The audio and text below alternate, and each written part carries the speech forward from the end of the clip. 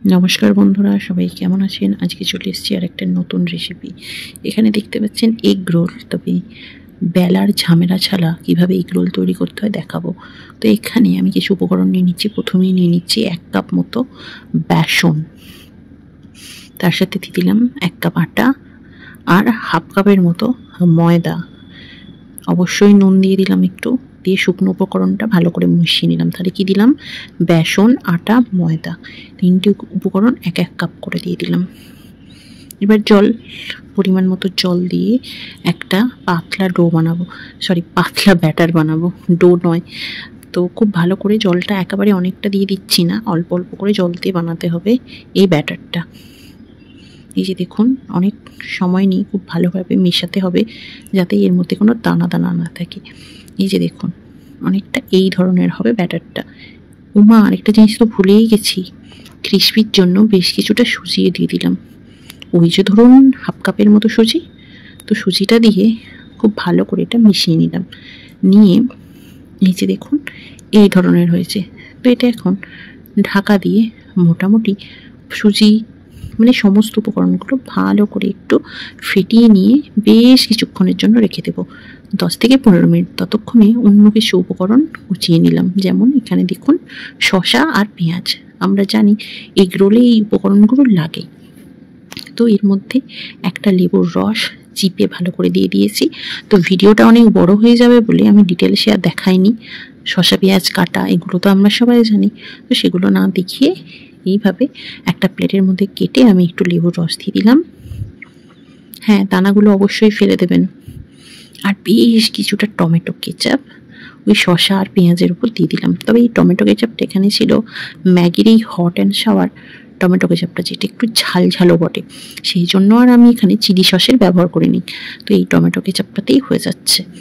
তো এরপর পেঁয়াজ, শসা আর ওই টমেটো কেচাপ সঙ্গে লেবুর রসও ছিল, খুব ভালো করে আমি মিশিয়ে নিচ্ছি। তো বেশ কিছুক্ষণ সময় নিয়ে এটা ভালো করে মিশিয়ে নিতে হবে। দেখেই বুঝতে পাচ্ছেন শসা, পেঁয়াজ, টমেটো আর সসটা কেমনভাবে মিশিয়ে নিচ্ছি।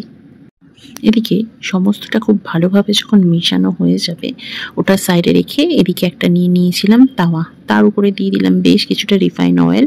তাওয়াটা গরম হলে রিফাইন অয়েলটা খুব ভালো করে মাখিয়ে নিলাম তাওয়ার মধ্যে, দেখেই বুঝতে পারলেন। আর রেস্টে থাকা 10 মিনিট যে ব্যাটারটা ছিল সেটা নিয়ে নিলাম একটা হাতায় করে, ব্যাস দিয়ে দিলাম। এবার ধোসা যেভাবে আমরা ধোসাটা ব্যবহার করি না, ঠিক ওইভাবে গোল করতে হবে। এখানে হাতার পিছন দিক দিয়েই ওটা হয়ে যাবে। নিচে দেখুন খুব সুন্দরভাবে এটা গোল করে নিয়েছি। ব্যাস লো টু মিডিয়াম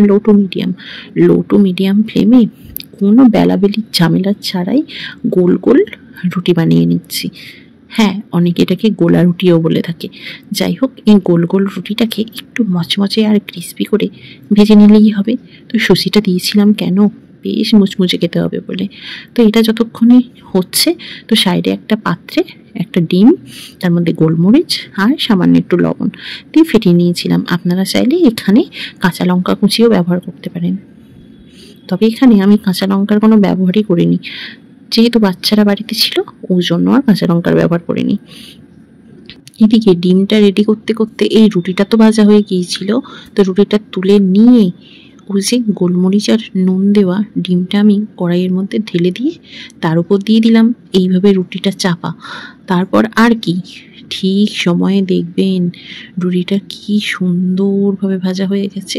তো গ্যাসের ফ্লেমটা লো ফ্লেমে দিয়েছি, আমি কিন্তু আর তেল দিলাম না, তেলের পরিমাণটাও একটু কম রাখলাম। এই যে দেখুন একদম ডিমটা পারফেক্টলি ওর সাথে চিপকে গেছে, দেখেই বুঝতে পাচ্ছেন কত সুন্দর এটা তৈরি হয়ে গেছে। এরপর গ্যাসের ফ্লেমটা একটু হাই ফ্লেমে দিয়ে, লো টু মিডিয়ামে ছিল, তো ওর থেকে একটু বেশি দিয়ে রুটিটা ভালো করে ভেজে নিতে হবে এপিট ওপিট করে। তো আর কি, রুটিটা তো মোটামুটি ভাজা হয়েই গেল। তো চলুন বাকি রুটিগুলো ভেজে নিয়ে ফেরত আসছি। এই যে দেখুন আরেকটা গোলা রুটি এইভাবে তৈরি করেছিলাম, কি সুন্দর দেখুন তো, কি সুন্দর উঠে গেছে আর কি মুচমুচেও হয়েছিল। তো বাকি গোলা রুটি তো রেডি হয়ে গেল। তো এবার এগ রোল বানানোটা দেখাই।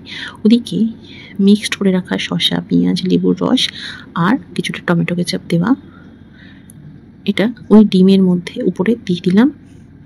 দেখতেই পাচ্ছেন যেভাবে মোটামুটি এগ রোল আমরা তৈরি করে থাকি। তবে হ্যাঁ, এখানে কিন্তু একদম খুব সামান্য কিছু উপকরণ দিয়ে আমি তৈরি করেছি। অনেক কিছু এক্সট্রা ব্যবহার করিনি, অনেক সস অনেক কিছু ব্যবহার করি না। শুধুমাত্র একটা সস দিয়েই এই এগ রোলটা আমি তৈরি করেছিলাম। ব্যাস, মাঝে মাঝে চটপট তৈরি করার জন্য এইভাবেও এগ রোল করে তৈরি করে দিতে পারেন। বড় থেকে বাচ্চা সকলেই খুশি হয়ে যাবে এই ধরনের একটা অনবদ্য টিফিন রেসিপি পেয়ে। তো আর কি, এটাকে তো খুব সুন্দর করে মুড়িয়ে নিতে হবে। তো এক হাতে যেহেতু আমার ক্যামেরা ছিল আর এক হাতেই কাজটা করছিলাম, তো একটু হয়তো ক্যামেরা এদিক ওদিক হতেও পারে, তো সরি, তার জন্য দুঃখিত। হ্যাঁ, আমি এক হাতেই কাজটা করছিলাম। আপনারা কতটা বুঝবেন আমি জানি না, এই জন্যই একটু অসুবিধা হচ্ছিল। যাই হোক, একটা এগ রোল তো আমার এখানে রেডি হয়ে গেল। বাকিগুলো তৈরি করে সার্ভ করে দেবো। আর আমার এই চটজলদি রেসিপিটা কেমন লাগলো অবশ্যই কমেন্ট বক্সে জানাতে ভুলবেন না। আর আপনারা অনেক অনেক ভালো থাকুন, সুস্থ থাকুন আর এই ধরনের রেসিপি দেখতে থাকুন।